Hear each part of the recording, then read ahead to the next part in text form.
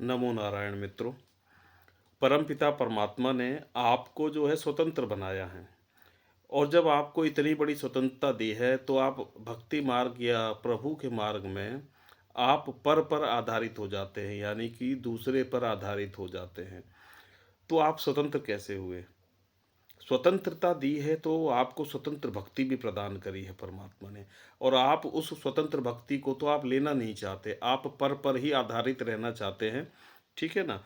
तो जब तक आप स्वतंत्र भक्ति को नहीं जानेंगे, है ना, पर भक्ति से आप स्वतंत्र नहीं रह सकते, आप बंधे हुए हैं। और वो बंधन से आपको मोक्ष की ओर लेके जाना चाहता है। तो आप ये बंधनकारी में क्यों फंस जाते हैं? क्योंकि आप जो है ना विवेक नहीं लगा पाते कि हमारा बंधन क्या है और हमारा मुक्ति क्या है।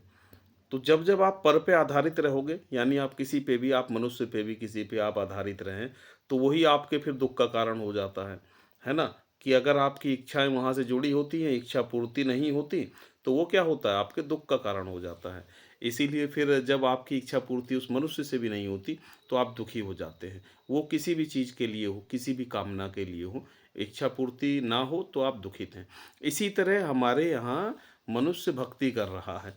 कोई जो है भोलेनाथ जी को मानता है, कोई माँ दुर्गा को मानेगा, कोई किसी देवता को मानेगा, कोई किसी को मानेगा। जब तक आपकी इच्छा पूर्ति हो रही है तब तक तो जो है भोलेनाथ भी अच्छे, है ना, माता भी अच्छी, सब कोई आपको अच्छे लगने लगते हैं। अरे बस हमारी जो है इच्छाएं कामनाएं पूर्ति हो रही है। भाई इच्छा कामना पूर्ति तो आपके प्रारब्ध कर्मों के अनुसार ही आपको मिलती है ना? आप कितनी मेहनत कर रहे हैं, कैसे कर रहे हैं, सब आपके अनुसार ही मिलता प्रारब्ध में है या नया प्रारब्ध आपका बना जो भी है ना? इसमें हम डिटेल में नहीं जाएंगे। लेकिन जो है पर भक्ति के लिए जो आप लगे हैं, उसमें आप एक बार को बंधन ही करते हैं, जैसे किसी मनुष्य से बंधन बांधा हो। ठीक है, इच्छा पूर्ति नहीं हुई तो दुखी, है ना? उनसे जो है जिनकी भी आप भक्ति करते हैं, इच्छा पूर्ति नहीं हुई तो आप दुखी, है ना? आप में राग और द्वेष उत्पन्न हो जाता है वहाँ पर। तो जब आप लोगों को स्वतंत्र बनाया है तो स्वतंत्र भक्ति भी क्यों नहीं सीखते? स्वतंत्र भक्ति आपको किसी ने बताई नहीं। आप कैसे सीखोगे स्वतंत्र भक्ति कैसी होती है? स्वतंत्र भक्ति होती है जो आपके घट घट में जो आपका स्वयं है ना? स्वयं है तो स्वतंत्र है। दूसरा कोई है तो एक बार को आप पर से दूसरे पर आधारित हो गए। ठीक है ना? इसलिए स्वतंत्र भक्ति स्वयं के अंतर में आती है कि आप स्वयं को आप जानें और स्वयं की खोज करें। ठीक है ना? क्योंकि कुछ-कुछ चीज़ें ऐसी होती हैं कि आप स्वयं जानते हैं, उसे दूसरा कोई जान ही नहीं सकता। बहुत सी बातें ऐसी होती हैं कि आप समाज में या अपने माता-पिता हों या आपकी पत्नी हो, आप किसी को नहीं बताते लेकिन फिर भी आप जानते होते हैं उन सब बातों को, है ना? तो स्वयं बहुत बड़ा होता है। आप उस स्वयं को और उसकी ताकत को कभी समझ नहीं पाते, इसलिए जो है आप दूसरों पर आधारित हो जाते हैं। तो स्वयं को ही जानने का प्रयास करें अपने जीवन के अंदर, जिससे आप एक बार को स्वतंत्र हो पाओगे। ठीक है ना? स्वतंत्रता किसी और के पास जाके नहीं बंधी होती, आप वहाँ पे स्वतंत्र नहीं हो पाओगे। ठीक है ना? स्वतंत्र होने के लिए आपको अपने स्वयं को ही जानना पड़ेगा। बाकी वो क्योंकि मनुष्य को स्वतंत्र बनाया है, तो आपकी इच्छाएँ हैं, आप किसी से जुड़े रहना चाहते हैं, तो उस तरीके से आप जुड़े रहें। लेकिन हमारे यहाँ भी जो गुरु हुए ना, तो उन्होंने जब ध्यान योग क्रियाओं में उतारा तो उन्होंने भी वहाँ कह दिया कि भई जो गुरु का स्वरूप है ना, अब इसको भी छोड़ दो। क्योंकि इसे पकड़े रहोगे तो भी आप जो है स्वतंत्र नहीं हो पाओगे। उन्होंने अपने स्वरूप को भी छुड़वा दिया।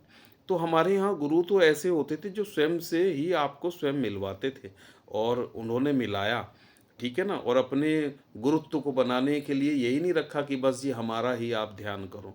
उन्होंने अपने ध्यान को, अपने स्वरूप को भी वहाँ से हटाया कि इसे हटाओ और अपने स्वयं में आप जाओ। पर ये क्या यौगिक क्रियाएँ हैं? सारे ध्यान की बहुत गुप्त विद्याएँ जो है आज के समय लुप्त हो गई, है ना? जिसको कि हम जो है क्रिया योग विज्ञान, सूरत शब्द योग या विहंगम योग भी हम इसको बोलते हैं। ठीक है ना? होता बड़ा सहज है लेकिन सहजता को इंसान समझ नहीं पाता। वो चाहता है कि बस पहाड़ चढ़ूँ तो मुझे मिल जाए, है ना? जब पहाड़ पे भी नहीं मिलता, जब नीचे आता है कहता है ये तो यहीं पर था, हैं? तो ऐसी स्थिति बन जाती है इंसान के साथ।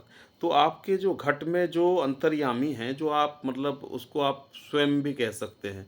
लेकिन हम स्वयं से लेके चलते हैं तो हमें जो है ना सबसे पहले जो हमारा अहंकार है, शारीरिक अहंकार है, ये अहंकार हमारे बीच में बाधा पड़ जाता है, स्वयं तक नहीं पहुँचने देता, है ना? एक जैसे कहते हैं ना कि शरणागति का भाव नहीं लेके आ पाते।